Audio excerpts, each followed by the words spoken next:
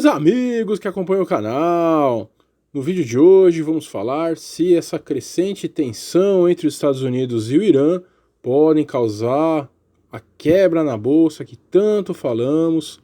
Dizemos muito aí que a origem seria problemas financeiros, de crédito, de securitização, de um monte de coisa errada aí que estão fazendo com dinheiro ao redor do mundo, principalmente os bancos centrais. Então a dúvida é, né? Será que o problema não virá do mercado financeiro e sim de uma guerra, né? Algo mais profundo? Então é exatamente sobre isso que vamos falar. Antes de entrar aí no tema principal, nossos recadinhos de sempre. Temos uma comunidade ali no WhatsApp, completamente gratuita. Basta enviar um e-mail pedindo adesão. Temos uma fila grande aí, então se demorar, basta esperar um pouquinho. Temos também uma comunidade no Patreon, falando aí de carteiras anticrise, de operações em opções de put, exatamente para se proteger de uma grande queda. E por último, temos uma comunidade no Telegram, apenas com frases positivas para encararmos aí o dia a dia. Maravilha, basta clicar no link que está também na descrição. Tá certo, pessoal? Então, começando aí nosso vídeo sobre a questão da tensão. Bom, depois que os Estados Unidos, né, assassinou ali o general iraniano, que era a autoridade militar mais importante do Irã, que, né, cá entre nós, foi algo realmente muito esquisito. Já estamos com as notícias aí mais avançadas, né, as análises aí mais profundas, e realmente em um momento como esse, né, um ataque desse foi realmente muito estranho, parecendo aí que deveria, né, na verdade, o ataque foi feito para camuflar algo muito maior, né? Algumas pessoas dizem que é exatamente os problemas de liquidez do mundo, e sairia aí, né, o Trump uma solução honrosa, digamos assim, pois é muito mais nobre, né, você se envolver em uma guerra para defender o seu país do que o seu país quebrar exatamente por você ter liberado muito dinheiro para banqueiros, né, gente? Então, muitas pessoas falam isso, mas, né, de qualquer forma, teorias da conspiração à parte aí, de qualquer forma, é realmente muito estranho, né, a calma, digamos assim, né, entre muitas aspas, que se tinha ali. A própria guerra da Síria, né, já está bem mais resolvida, com os Estados Unidos tendo perdido realmente posições ali. Então aí do nada, né, vai o Trump e faz esse ataque aí. Realmente foi muito esquisito, mas vamos trazer aqui, né, algumas informações novas. Olhem aí, o parlamento do Iraque vota por expulsar tropas dos Estados Unidos.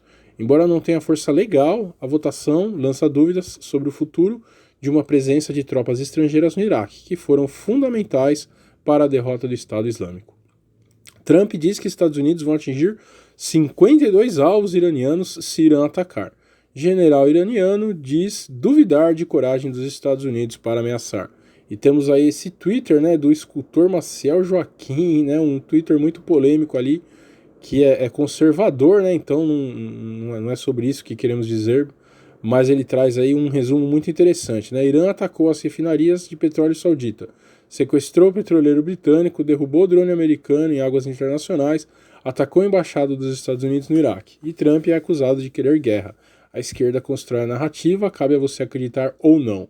Isso é algo muito relativo, né, gente? Porque os Estados Unidos, né, e os islâmicos, os russos, os chineses estão sempre em confrontos, né? O tempo todo ali estão tentando manter as suas posições. O próprio Estados Unidos, né, ganhou uma excelente posição ali com o Iraque depois que invadiu o Iraque, e perder isso realmente seria muito, né, importante para os Estados Unidos, seria uma derrota muito grande. Mas a questão fundamental, né, isso pode realmente então derrubar a bolsa? Bom, antes de responder então essa questão, vamos exatamente ver, né, como está o cenário e o que ocorreu aí nesses últimos dias, né? Então trouxemos algumas matérias, novamente não vamos, né, nosso canal tenta sempre sair do trivial que todo mundo fala. Então está aí, né, em dia de ganhos globais, Ibovespa avança 118 mil pontos. Essa matéria, óbvio, é um dia antes, né, desse ataque. Bolsa começa 2020 com salto de 2% e novo recorde. E deem uma olhada aí em todas as bolsas do mundo, né? Olha o México 2%, Chile 2,89%, né? Depois de todas aquelas manifestações ali. China 1,15%, né? Então, basicamente o que estão dizendo aí, né? E também Wall Street na mesma pegada, né? Wall Street inicia o ano com novos recordes, né? Então, a matéria diz aí, mostra um apanhado de informações tentando provar, né, por que há essa subida insana. Então ele diz ali de uma forma bem resumida, o ano de 2020 não poderia ter começado melhor para os ativos de risco no exterior. Olha só, hein? Não poderia ter começado melhor. Então, basicamente, né, uma das coisas aí que deram esse boom, o Banco Popular da China anunciou durante a sessão asiática de ontem que reduzirá os depósitos compulsórios bancários a partir de 6 de janeiro. A medida, que reduz o volume de recursos que o banco do país precisa manter sob a gestão do Banco Popular, né, deve liberar cerca de 800 bilhões de yuans, né, o que seria ali 114 bilhões de dólares, para fim de empréstimos, com o intuito de dar um suporte à economia chinesa. Então olha só, né, gente, uma demanda, por isso que a gente fala, né, se a gente conhecer aí os pormenores, olha, uma medida dessa, né, liberou aí 114 bilhões, e os Estados Unidos, o Fed, né, libera isso praticamente todos os dias aí nas operações de Ripples e no Quantitative Easing 4, né, que muitas pessoas aí das autoridades monetárias ainda dizem que não é o Quantitative Easing, mas é óbvio que é, né. Então só para a gente ter uma ideia, né, continua aí então liberando, né, para quem não sabe, compulsório é basicamente aquele dinheiro que o Banco Central aí dos países deixa sob sua administração, então os bancos em teoria não podem usar esse dinheiro para emprestar, e quando o Banco Central diminui o compulsório, é exatamente uma medida, né, para acelerar aí o estímulo, né, o estímulo de crédito para a economia continuar punjante, digamos assim, ou artificial, né, que é o que a gente acredita. Então, só para a gente entender, né, de novo, a bolsa sobe sempre, com os bancos centrais do mundo inteiro dando aquele suporte, né, mas novamente, só isso não é suficiente, né, para provar que as bolsas sobem simplesmente pela injeção do Banco Central. Então a gente trouxe mais duas matérias aqui que mostram exatamente, comprovam, né, mais ainda exatamente isso. Então, país emergente segue sob pressão cambial, diz esse Federal Reserve.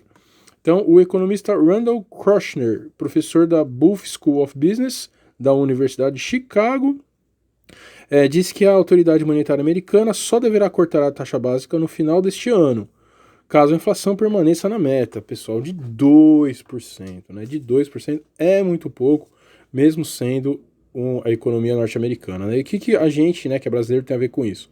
Os juros americanos estabelecem uma referência global, de modo que certamente impactam as economias emergentes. A baixa inflação, que estamos vendo na maioria dos países da Europa, Estados Unidos, Japão e Brasil, é outro fator importante para reduzir as taxas de juros nominais globalmente.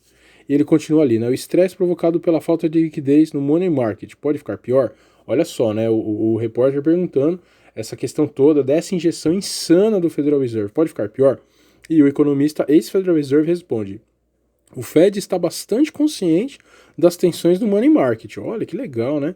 E está comprometido em fornecer volumes significativos de liquidez para evitar picos adicionais nas taxas de juros de curto prazo, que é exatamente o que ocorreu nos Ripples em setembro, que a gente tanto fala. Eu acredito que o Fed deveria instituir uma solução mais permanente. Olha que maravilha, né? Então, colocar 150 bilhões por noite ainda é pouco, meu irmãozinho.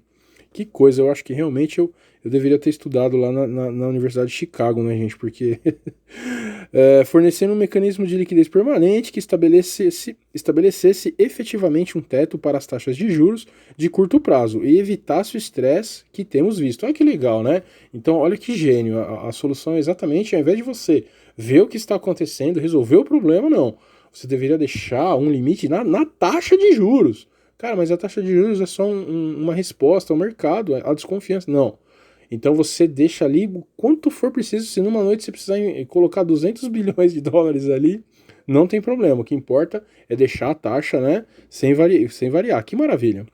O problema de liquidez do money market tem origem cíclica ou estrutural, né? Pergunta ali o repórter. Aí o economista: creio que a origem, ao menos em parte, venha das consequências não intencionais da regulamentação após a crise internacional. Maiores exigências de liquidez dos bancos e desincentivo para os bancos participarem como tomadores de mercado, tornaram os mercados menos líquidos e, consequentemente, mais frágeis. E olha que maravilha, gente. Então o problema ainda é a regulamentação que foi colocada depois de 2008, né, que fazem com que os bancos tenham medo de investir. Olha só, nesses momentos, coitado dos bancos, né, gente? Então ali todos os bancos grandes saíram, né, durante a noite, e o Federal Reserve teve que entrar cada vez com mais dinheiro, né? E a culpa ainda é da regulamentação. Então vamos tirar mais regulamentação, né, para os bancos privados aí poderem fazer realmente o que quiser. Sensacional.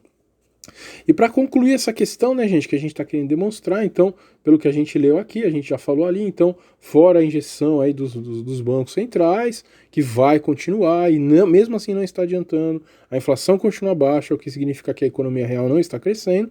Aí para fechar, né, colocar a cerejinha no bolo, olhem só, né, saída de estrangeiro da bolsa atinge marcas inéditas. Então, temos, óbvio, né, que é uma bolha aí pelo mundo, em todas as bolsas, porque os bancos centrais não param de colocar dinheiro, e aqui internamente a gente tem a nossa bolinha, né, particular. Olha que lindo, né? Porque apesar de tudo, apesar do Bovespa ter batido aí todos os recordes, ainda teve uma saída recorde da bolsa no ano de 2019. Então, olhem só, né? A saída dos investimentos estrangeiros da bolsa atingiu marcas inéditas em 2019, considerando apenas os negócios com ações já listadas na B3, o chamado segmento secundário. Os saques totalizaram 43,5 bilhões de reais até 27 de dezembro. A não ser que haja uma grande reviravolta nos dados do dia 30, que óbvio não vai haver, que serão divulgados hoje, esse será maior déficit em toda a série histórica desde 1994. E olhem só, o volume supera inclusive as retiradas de recursos em 2008, ano da crise financeira global, de janeiro a dezembro daquele ano. A saída de capital externo no secundário foi de 24,6 bilhões. Então é exatamente o que a gente fala, gente. Já estamos numa crise, né? Não há confiança nenhuma, não há liquidez, não há nada, né? E os índices aí continuam estourando. Somando os mercados primário e secundário de 2019, foi o segundo ano consecutivo de retirada de recursos externos. Em 2018, o saldo ficou negativo em 5,69 bilhões. Então, olhem também como ficou pior, né, a situação de 2018 para 2019. Não foi possível utilizar uma base comparativa de dados anterior a 2004, porque esse foi o ano de entrada em vigor de regras da CVM sobre ofertas públicas de ações. É preciso refletir sobre o preço que o investidor estrangeiro passa a ter na bolsa local. Nossos fundamentos são bons, mas o investidor financeiro ainda não acredita na América Latina. Então, pessoal, olha só, né, que coisa, de novo, né, cada matéria que a gente lê aí, isso fica mais claro que realmente ninguém tem confiança, né, nos mercados. Então, aí voltamos à questão fundamental, né, esse problema aí do Irã com os Estados Unidos, eles podem realmente causar o crash que a gente tanto fala? A resposta é, depende dos próximos passos, né, pessoal? Realmente acreditamos que assim, com tudo que já temos, né, se a bolsa, tanto brasileira quanto as bolsas mundiais, continuar subindo, é um exagero enorme, né? É um exagero enorme.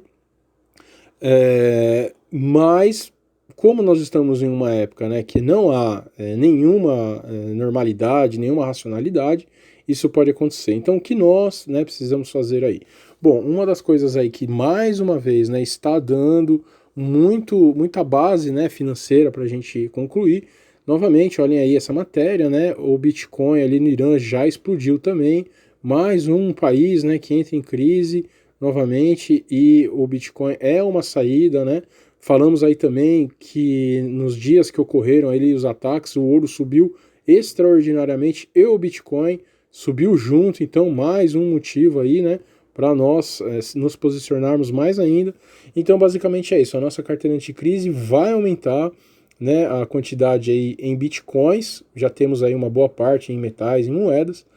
E se houver realmente um aumento, né, dessa violência, enquanto for ali na África mesmo, né, já teve alguns atentados ali. Enquanto for em países periféricos, né, aos Estados Unidos, à Europa, nós acreditamos que vai dar uma mexida, mas nem tanto. Caso realmente ocorra, né, um atentado um pouco mais forte aí na Europa, nos Estados Unidos, pode sim essa grande desconfiança no mercado chegar num ápice e termos realmente a quebra. Tá Tá certo, pessoal? Então, novamente, é muito importante deixarmos mais ainda a nossa carteira forte, estarmos bem investidos, posicionados, né, nas nossas opções de put, exatamente para quando houver a quebra da bolsa, nós conseguimos aí um pequeno seguro para termos fôlego de já começar a investir. Porque, como também já mostramos muito, o Brasil será um dos primeiros países que vão despontar e vão voltar a ter um destaque nos mercados financeiros, e nesse momento, quem tiver bem comprado em ações vai realmente ganhar muito dinheiro. Maravilha, pessoal, então, espero que tenham gostado aí de mais um vídeo. Vamos acompanhar cada coisinha que sair, vamos atualizar a todos, sempre nos protegendo cada vez mais. Então, entrem aí na nossa comunidade, entrem no Patreon quem tiver recursos, no Telegram, curtam o nosso vídeo, nosso canal. Um grande abraço!